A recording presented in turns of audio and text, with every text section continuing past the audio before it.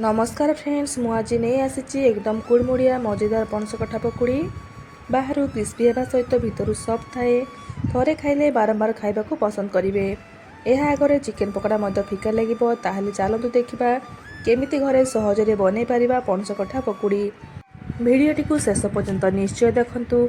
जदि रेसिपीटी भल लगिला ताहले मो चैनल को लाइक शेयर सब्सक्राइब करने सहित पाखरे थिबा बेल आइकन को दबाई दियंतु, जहाँफल कि मोर नुआ नुआ रेसिपी गुड़ाक नोटिफिकेसन आपण मान पाखे सर्वप्रथम पहुँची पार।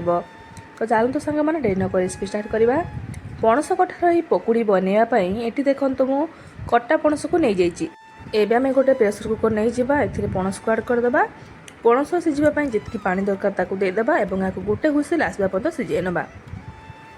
पणस को अधिका जमारू सीझेबेनी। जदि पणस अधिका सीझीज ताहले पकुड़ी खाइबा भल लगनी और टेक्सचर मध्य भल आसबनी।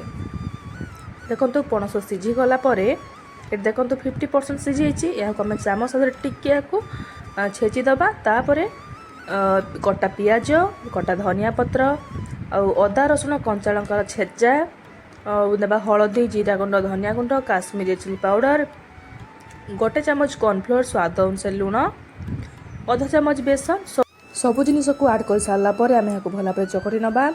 तापर पकुड़ी भल देखापी ऊपर आम धला राशि टिके पकईदबा, जहाँफल कि पकुड़ीटा बहुत सुंदर देखा खाइबा बहुत टेस्टी लगे। और मन रखिए अधिका प्रेस करके जमारू चकटिबेनी, पणस गुड़ाक माने अलगा हो। तापर आम तेल को गरम करनेबा। गरम तेल रे आम छोट छोट साइज रे एमती पकुड़ी को छाणनबा।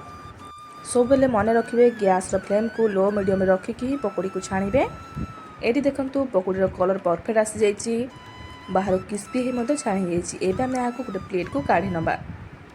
आपण मैंने यहाँ स्नाक्स आकर सकाळु संध्यारे खाई पारिबे, चा सहित कि मुड़ी सहित, पखाल सहित खाई पारिबे। या चाहिए आपण चिली बनई पारिबे। पणस सरिबा पूर्वरु आपण माने एपरी पकोड़ा थोड़ा निश्चय बने खातु। देखिए चिकेन पकोड़ा खाइला परिका लागिबो। यार स्वाद भूली पारिबेनी, बारंबार बनई खाइबाकू इच्छा करिवे। चलतु एवं आम यहाँ गरमा गरम सर्व करवा, खाइके एंजॉय करवा। ये थिला आजिर पणस कठा पकुड़ी रेसिपी। आपण मानक आज पकुड़ी रेसिपी केमती लगला मते कमेंट बॉक्स में निश्चय जनइबे।